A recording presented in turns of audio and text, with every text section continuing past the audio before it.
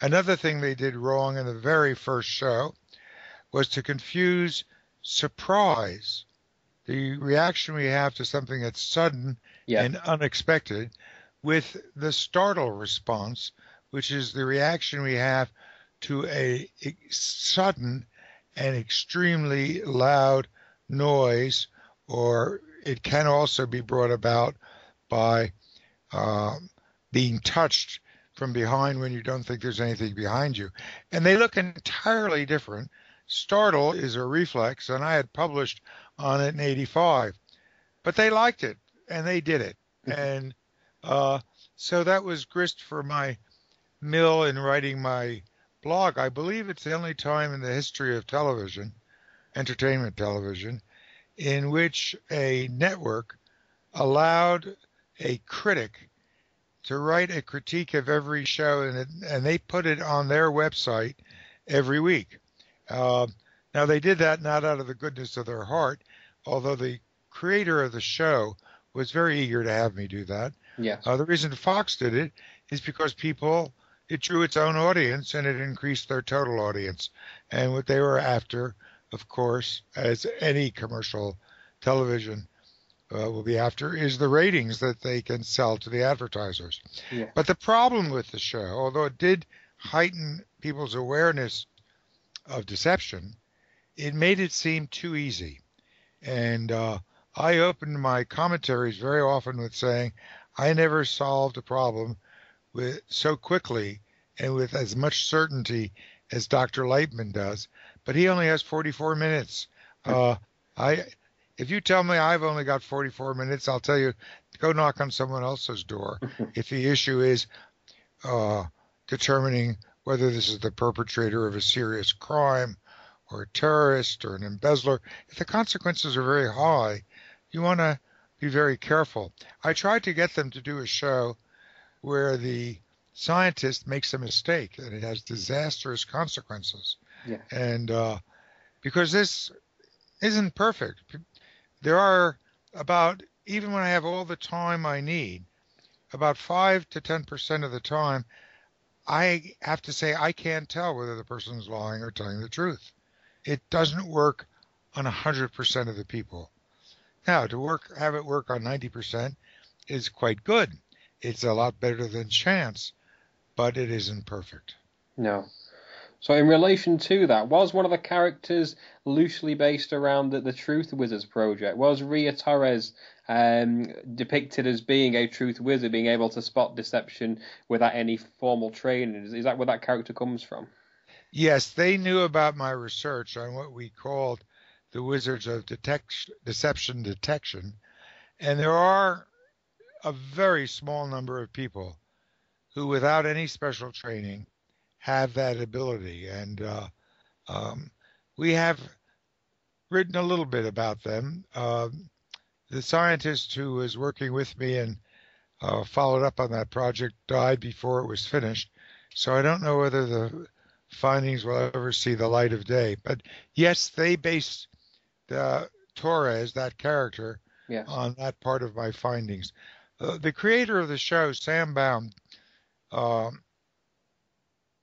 did his homework. He read everything I had written, and he must have spent 4 or 5 days talking to me and asking questions. And so before he wrote the first script, he was extremely well informed. Unfortunately, he left after the end of the first year, and the people who took over weren't as well informed. And then the people in the third year uh, knew even less. And that coincided with Tim Roth, who played the scientist, deciding that he didn't like doing science. He didn't want to do any more science in the show. He just wanted it to be about his personality. Mm. And so the ratings went down and down because people no longer were learning anything Yeah. from the show. So were you surprised that it was cancelled, or is that what you thought would happen without the science? That's what I thought would happen, and that's what I wanted to happen. Okay. It was still taking about a day a week, and I didn't see that it was having any real benefit. Mhm. One of my critiques of the show in the third year was a one-liner. No science, no comment. That's Yeah. all I needed to say. There was no science in it whatsoever. And Roth, although he is a fine actor, no question of it, um, he got more and more extreme in the type of person he portrayed, and I think less and less interesting to people. Yeah, because he was depicting your role, wasn't he? So if he was dumbing it down and not doing things correctly, that would obviously have an influence on you because he was like almost being a role model of yourself, wasn't he? So I can imagine that being quite difficult for you to watch the show plummet, really. Well, in my contract with Fox, I specified that he had to be of a different nationality, a different religion. He couldn't be married. He couldn't have two children, and he had to have a different personality. Yeah, Now, he could still be a scientist who studied deception, but I really wanted his character to be very different than mine.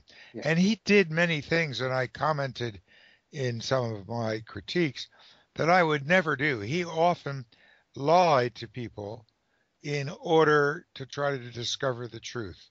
And I think that that not only is ethically wrong, but the information you get when you lie to people can be very misleading, and it certainly closes the door once they discover what you've done.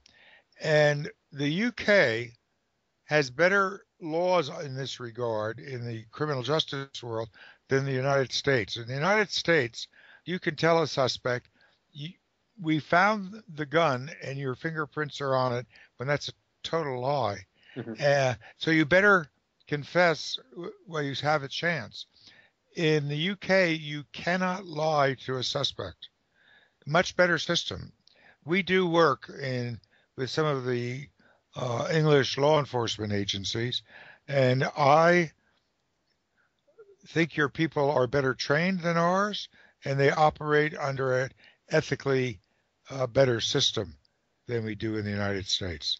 mm But you have a centralized system, so that if there's a council of I can't remember the technical term for them, but each constables. I believe there are 12 constables in England, and if they agree about a change, that change is made in every uh, police agency throughout England. In the United States, they're all independent. If I get San Francisco police to make a change, that'll have no effect on Oakland. mm. Each, in part because of our rebellion against central authority, against King George, each police force in the United States is completely independent of every other one. There's no centralization. And so we have many different practices going on. Yeah. So in regards to all this training, how can people learn more? Have you got any like deception skills or programs that you run throughout the country or here in the UK? Yes, we do. And um, if they want to get the online training tools, like to learn to write, recognize microexpression, they should go to my website, which is Paul Ekman, all one word, lowercase, PAULEKMAN.com. Mm.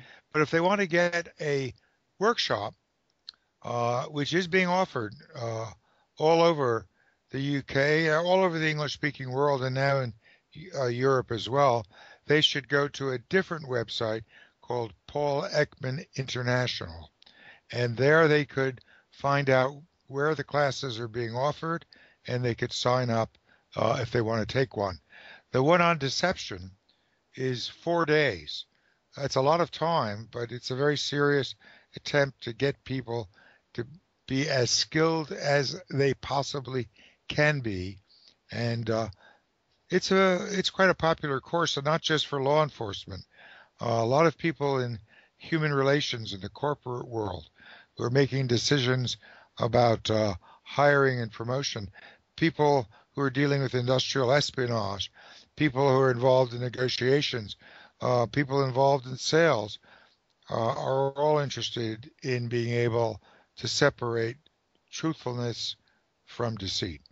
hmm hmm So what have you got planned for the rest of this year and next year, Dr. Ekman? What big things have you got coming up soon that we can you can talk to us about? Well, the big things, I put all of my time into developing new online training tools because that's the way I can reach so many more people around the world. So we have, in the middle of next month, there'll be a new website for paulekman.com, much cleaner looking, I think. There'll be a new version of the microexpression training tool that's much more user friendly.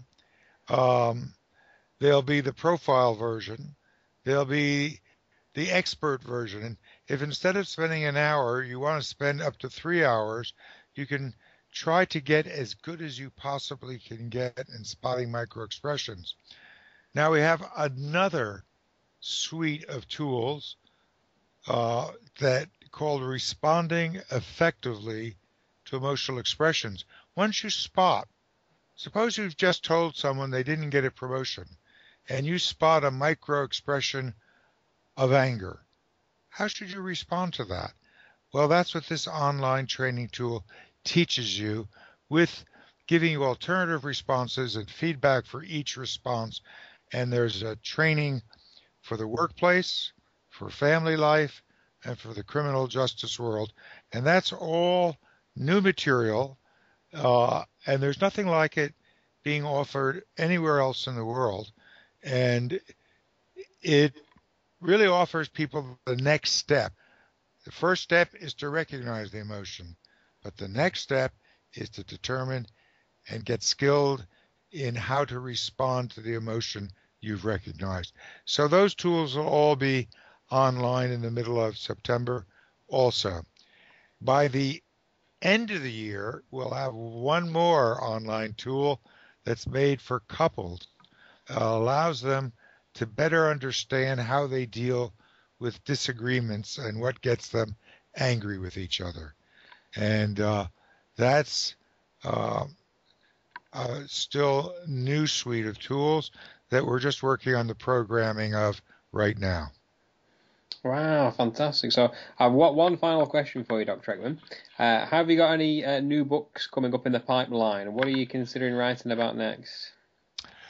Well, I am considering writing a book about the backstory of what it was like to live in the Stone Age culture in New Guinea in the middle 60s.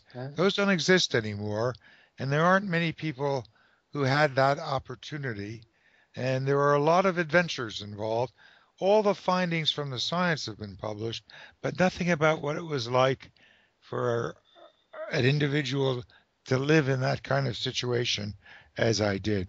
So that may be my next book. I'm also considering another book based on my recent discussions with the Dalai Lama about the nature of compassion. Yes.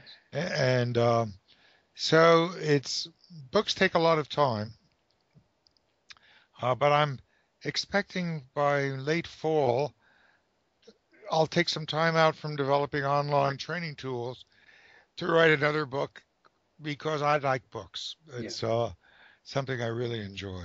Yeah. Dr. Ekman, it has been absolutely wonderful to talk to you. David and I cannot thank you enough here on allaboutbodylanguage.com. We will without a doubt promote all your work, and you're going to have a very special section on our page under the Body Language Pioneers, and you'll be sharing that section with Charles Darwin and Sir Francis Bacon as well. So you'll be held in good esteem on our page as well. Well, there's no better company than Darwin, so thank you very much. You're very welcome, sir. It's been an absolute pleasure to talk to you. Bye now.